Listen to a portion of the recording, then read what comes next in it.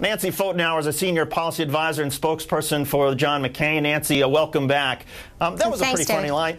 That was a pretty funny line there, I admit it. But as far as this particular issue of Iran, the big issue of the day, is there any difference between John McCain and President Bush when it comes to our policies on Iran and our policies on Iraq?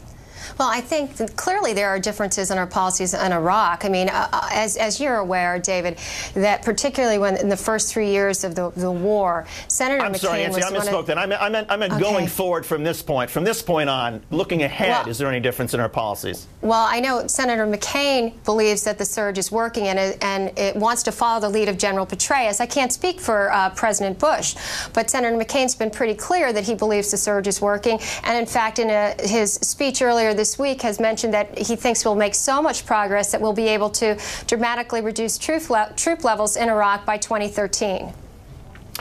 Nancy, there was some news in terms of the lobbyist issue of the McCain campaign. Now a fifth advisor is gone because of lobbyist ties, and here's what Barack Obama said about that today. Watch.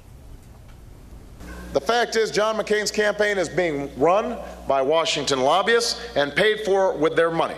Senator McCain has been a candidate in this race for more than a year, but it was only in the last few days when stories surfaced publicly about his lobbyist aides and their clients that Senator McCain took any action to curb their role. Nancy, why is it that just in the last couple of days some of these lobbyists have been shown the door?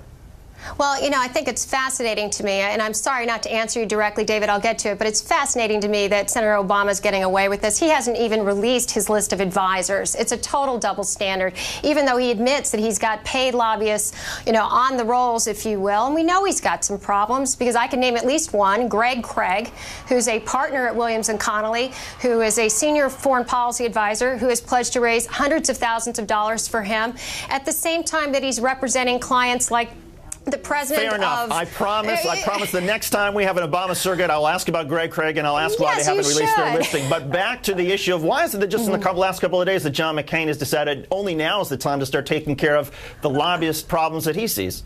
Well, Senator McCain has acknowledged that we need to be very, very careful about both the way we act and the appearance of what we do. And so he's put in place literally the strictest standards that have ever been in place in a presidential election. I've never seen anything like them, and I'd be happy to kind of go through the various parameters. But the important thing here is that we'd like to challenge Senator Obama to adopt the same policies and to go public with who his advisors are, and then to follow the same policies so that the American people can be sure about where those policies are, what the origin of those policies are, and that the president's commitment is to serving them, not any special interest.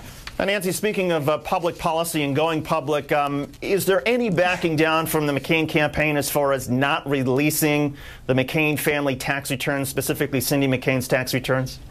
That is Mrs. McCain's decision, and I think she's been pretty articulate about it, and she said she's a private individual. They've never even filed joint returns, and therefore she has no plans to release them. I'm okay with that, but and I tend to be a fairly libertarian individual. If that's her perspective, then that's fine with me. And it would be fine with me if the Obamas had not filed joint returns, if Michelle Obama didn't want to disclose hers either.